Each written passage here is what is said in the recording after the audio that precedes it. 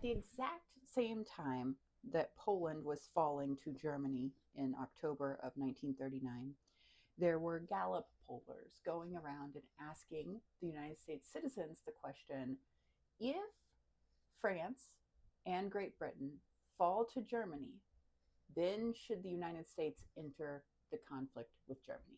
The reason it's interesting to me is because we always see in the history books like a chapter that says something like America banded together in this time of turmoil about whatever it is, every chapter. And that's really not the case, right? American democracy is based on a conflict system, essentially. That does not mean that polarization, current era, is like the same. Something weird is happening right now. And there is a history of debate and division and disagreement within the American system. So the Gallup pollers go around and they ask all these citizens if they think that America should enter the war in the specific situation that Germany has already whooped butt in France and Great Britain. And 29% of Americans in 1939 think that America should go get involved. 71% are like, that ain't our job, buddy. And we don't see a cohesive answer. I mean, we don't see a cohesive answer ever in the United States. America is not really a cohesive answer sort of system. But on the same week that Poland is falling to Germany, United States citizens are still like, not it. Like a third are like, oh yeah, maybe we should get involved in this worst case scenario. And the history books always say like once Pearl Harbor happened is the moment that the United States was like, well, clearly we're getting involved. And that's true. But the United States had been like on a course of involvement. Things were looking more and more involvy up until that moment. Since the very beginning, America has been about not always agreeing, right? Samuel Adams likes to talk about how there's like a third of Americans were patriots, and a third of Americans were loyalists, and a third of Americans were kind of neutral parties. And that's not really the numbers, right? It seems like a little bit more were patriots and a little fewer were loyalists. But there were like 40% of the people in the colonies during the Revolutionary War were just hanging out like, please stop rocking this boat, man.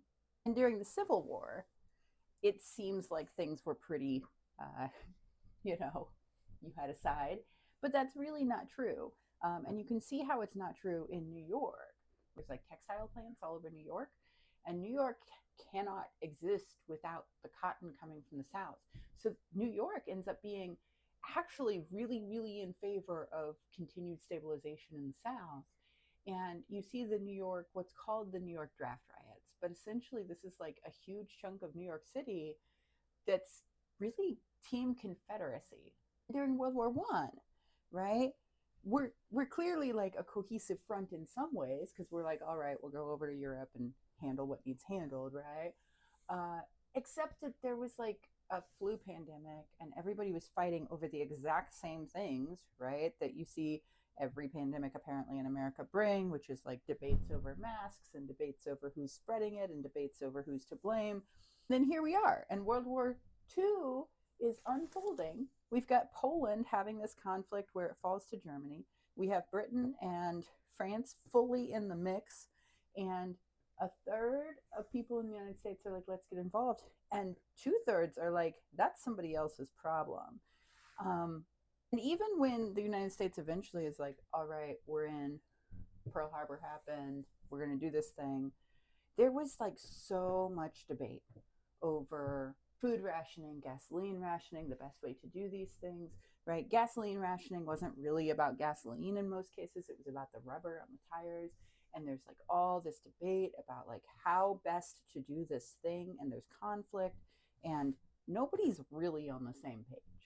Which I don't want to be saying this and have it be read as polarization is normal. Something weird is happening right now. Something weird is happening. But it does mean that healthy debate as part of a democratic system is normal. And it's really, really, when you look back through the history of this country, you see like debate over the best way to do things, the debate over whether or not we should be doing things continually through our experience, even in times of conflict. And there are times that it has been flushed, right?